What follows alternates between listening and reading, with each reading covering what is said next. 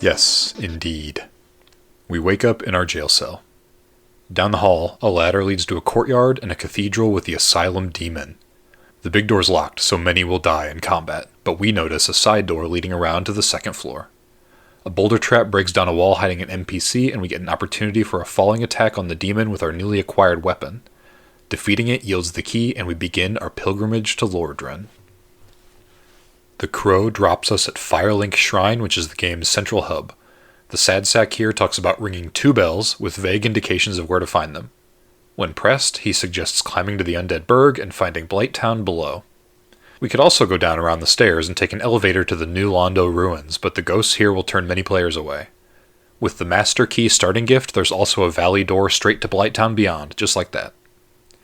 We might also visit the cemetery behind Firelink Shrine and discover the catacombs, but just like New Londo, the treasures here are guarded by reanimating skeletons that'll be too much to handle if we aren't prepared.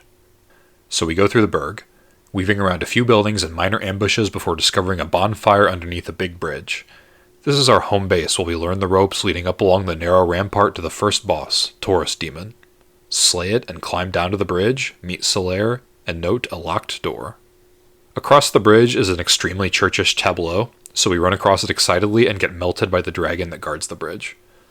Once again, for most players, our only option is to duck down the stairs mid-bridge to avoid the hellfire, where we can coincidentally kick a ladder down to our trusty bonfire and create a nice shortcut.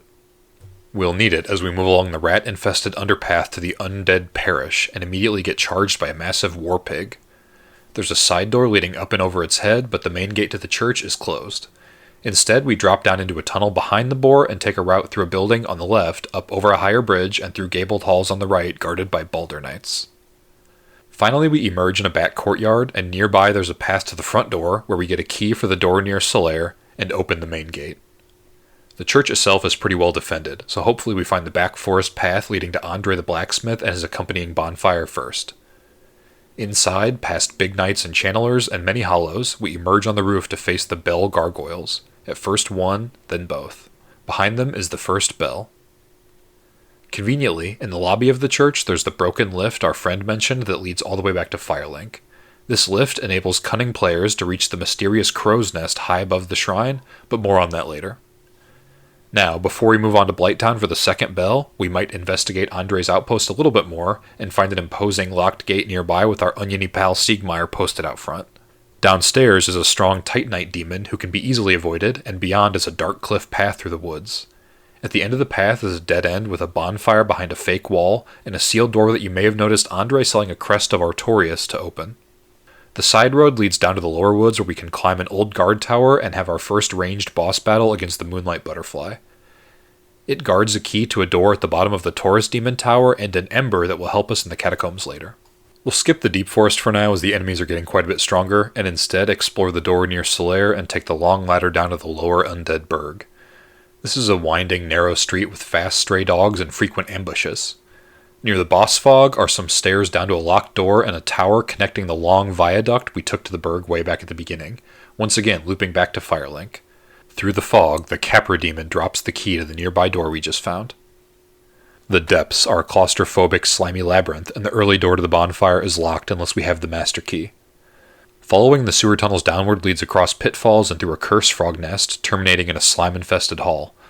An alternate route down a hole behind the crazy butcher drops us above the giant rat where we're in a position to slide down the waterfall and skipple out of this dungeon, finding the bonfire key while we're at it.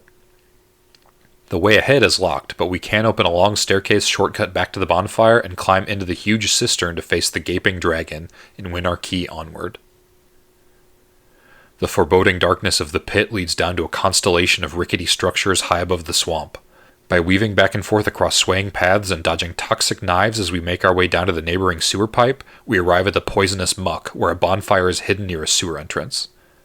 For now, we'll ignore the big tree at one end of the swamp and head up into the freaky anthill, where we fight a freaky spider, and ring the second bell.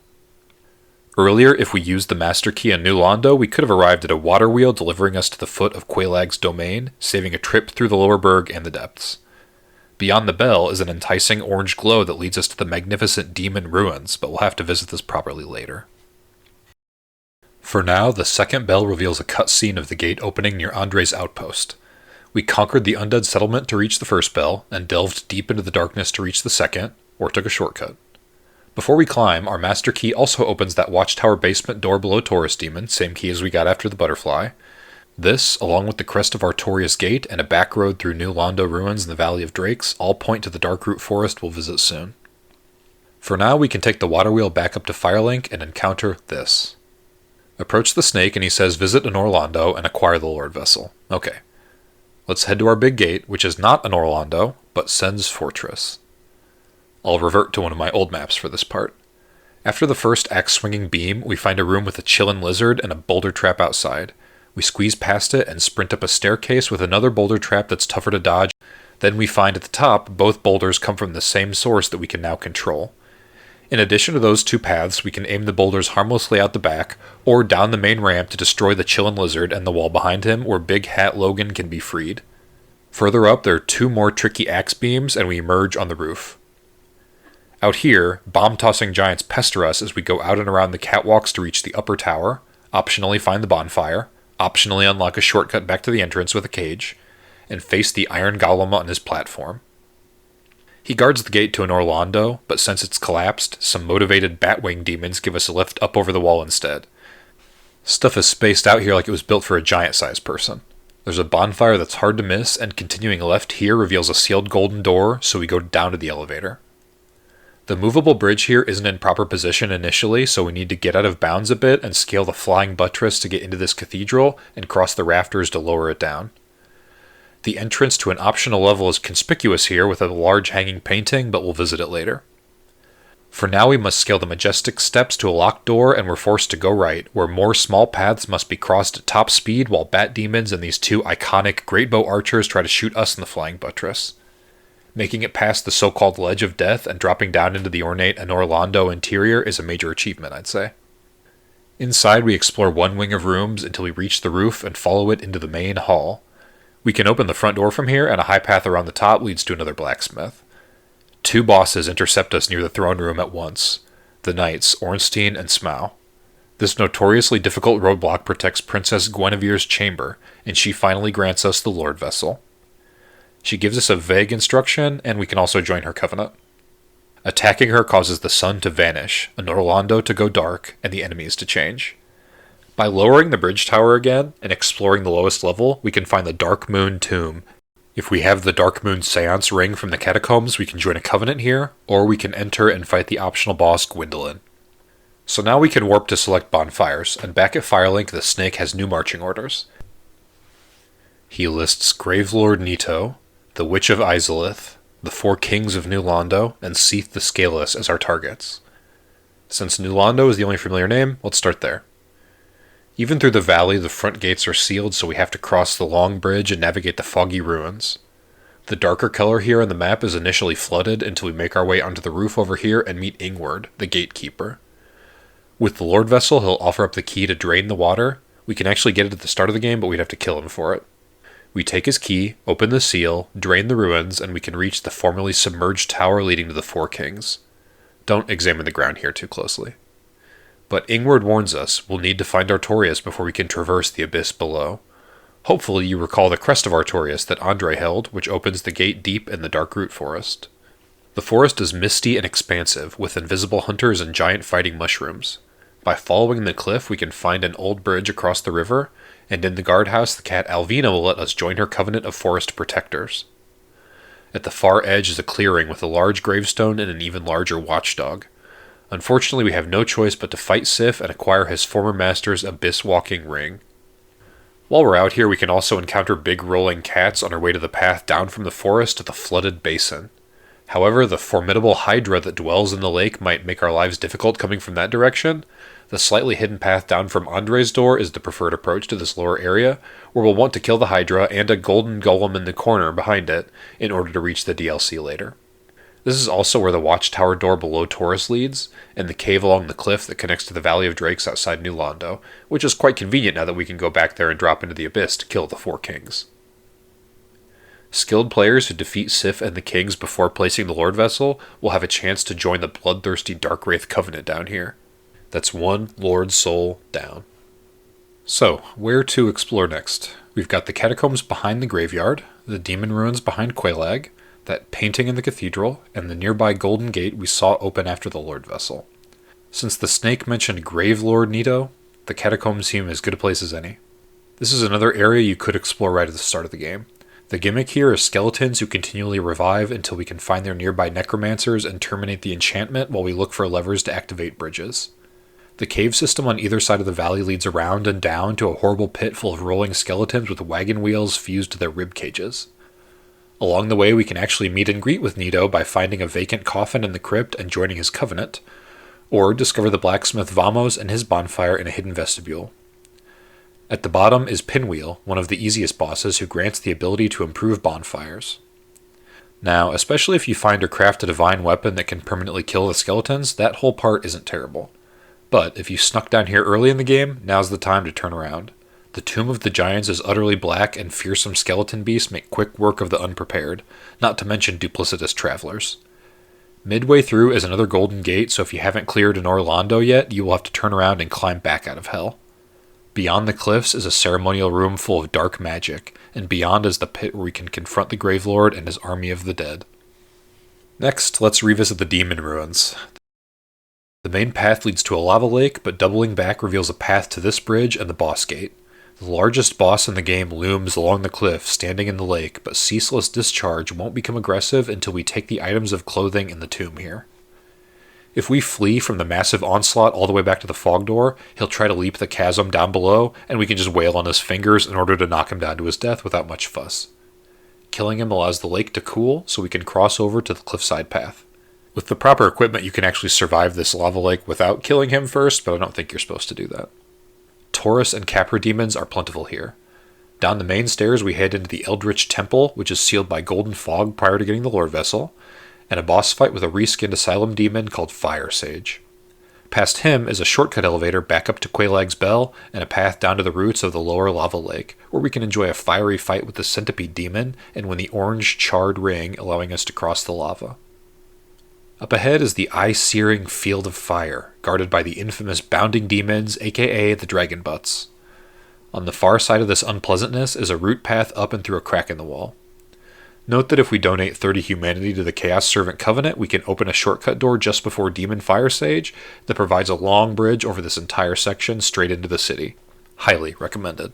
Beyond is Lost Izalith, an ancient place of abomination. Fortunately, it's very short, with a road underground and up the long stairs toward the center of the city. The shortcut bridge drops us just before a frightful pit full of Chaos Eaters, with a route leading up. The final portal is a long slide down to the game's literal and figurative low point, the Bed of Chaos. Only Seath remains. We'll do the third and final golden door in Anor Londo next. Past more fangbores and the introduction of crystal enemies is the Duke's Archives. In the corner here, somewhat arbitrarily, will be an important crystal golem to kill if we're seeking the DLC.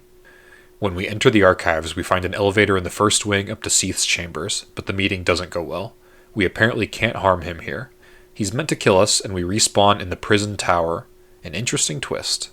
Kill our guard for his key, escape, and make our way to the ground level for the giant door key. That leads at the top of the room to the other wing of the Archives, and we can rotate stairs to reach a side room with a basement exit into the courtyard. Back here, we descend into the beautiful Crystal Cave. A very short and easy area, except for the major paths over the chasm being completely invisible. You'll need to watch the falling crystal snow or shoot arrows or something to proceed safely to the far side and down into Seath's lair, where we can confront him again, but this time we smash his crystal of immortality and finish him off. That's all 4 Lord Souls. We're ready to beat the game, but you may still wonder about that painting, that big tree in the Blighttown Swamp, and the DLC areas, so let's quickly cover those. A top Firelink shrine reachable from the parish lift is a crow's nest. Curling up into a ball transports us back to the starting asylum, and returning to our starting cell yields a peculiar doll. Mind the powerful stray demon waiting below the first boss room while you're here. That doll lets us step into the cathedral painting in Anor Londo and travel to the snowy painted world. We must climb the battlements and go around the guardhouses, fighting off powerful crow demons en route to the central tower. From there we can explore the courtyard and the wheel skeleton hell beneath, or we can make our way past the large undead dragon, the top half of the bounding demons from Izalith, and reach the boss arena. Priscilla doesn't want to fight, and we can actually leave the level past her without doing so. But it's an interesting battle, waiting for her invisible footprints in the snow. The Blighttown tree is much harder to discover. At the end of the route ramp is a plank shield, behind it a hidden wall with twin humanities, and behind that another hidden wall. Many players won't find this area without help. Behind them is a descending mass of roots with curse frogs and dangerous heights. It tests your fall estimation skills, but past the mushrooms at the bottom is one of the game's most memorable sights. Another Hydra dwells here at the bottom of the world, and at the far end of the barren beach is a meeting with the ancient dragon and his covenant. Once again, if you came down here early, the climb back up will be a test of will. So that just leaves the DLC. If we rescue Dusk from her golem prison in the basin, and get the broken talisman from that other golem I mentioned at the archive's entrance, we'll be grabbed and whisked away to a long since past version of the Darkroot Forest area, Ulasil. The whole area is gated behind an immediate boss fight against the Sanctuary Guardian. Behind it, the Sanctuary is our safe spot with a mushroom vendor, and beyond her is the Royal Wood. Alvina's Bridge doesn't exist in this era, so we need to go down and across the gully, briefly encountering a big dragon on the way, before making our way up the opposite side. An elevator down from the guardhouse leads to a new area with an imposing tower. We can open a shortcut back to the Sanctuary bonfire, and exploring the dry riverbed reveals the Black Dragon's home turf in the basin area, but trying to confront it now is a bad idea. Instead, we can visit the township. In the tower, we finally meet the man himself, Artorias, who's had a bad time around here. The tower over here is where Hawkeye Gao sits, and he might offer to help out with the dragon Kelameet using his arrows. In the other direction, the township gradually descends into a cavern. There are lots of narrow paths and hiding holes along the way to a fortified courtyard at the bottom. We can open a shortcut back to the entrance at this point and discover the dark abyss hiding in the back of the courtyard. This is the chasm of the abyss, where all of this evil emanated. Spooky humanities floating around everywhere, but we can discover an alternate shortcut exit back to the township halfway down. At the bottom, we drop down to face Manus and his Hand of Fate, and hopefully summon the smaller wolf Seath for help in slaying him. If only we could have arrived a little bit sooner. Okay, if we do face Manus and the other optional challenges, chances are the final boss sequence will be pretty anticlimactic. The full Lord Vessel opens a path with a ghostly white staircase to the Kiln of the First Flame, where ruins poke out of the ash and a small handful of knights remain, guarding the path to the kiln and Gwyn himself. This is just a sequence of duels mostly on open terrain, and if you know how to parry, Gwyn doesn't stand a chance. So to recap, after the Asylum, we have initially 3 choices. With the Master Key, that expands to Blighttown in the Basin, which in turn expands to the Upper Garden in the Parish, all reachable without fighting a boss. The Parish is the intended starting point for a descent into Blighttown, which offers access down to Ash Lake and Quelaag's domain, and thus the first half of the Demon Ruins. The 2 bells open the road to Anor Londo, containing the painting and the Lord Vessel. With this, we can reach the remaining areas of the game, the DLC, and ultimately the ending. This means that after the Asylum, there are 8 possible bosses we can go after first. Sif opens Kings in New Londo, Capra opens Gaping Dragon in the Depths, and Quelaag opens Ceaseless Discharge. Iron Golem is a choke point, but 3 bosses can be found in Anor Londo, and the other 3 Lord Souls are available in any order. Centipede Demon is hidden behind Demon Fire Sage, and Gwyn, of course, is last. Including Gwyn, 13 bosses are required, and 13 are optional. Finally, a handful of bosses offer NPC assistance, although not that many. Solaire appears 5 times, Beatrice twice, and Lautrec, Tarkus, Leroy, and Mildred round out the rest, with Puppy Sif coming in the DLC. The full version of the maps that I've shown in this video and the bestiary with the boss illustrations are available for download. There's a link in the description, and do let me know if you've enjoyed it, because I'm thinking about doing some of the other Souls games as well. Thanks for watching.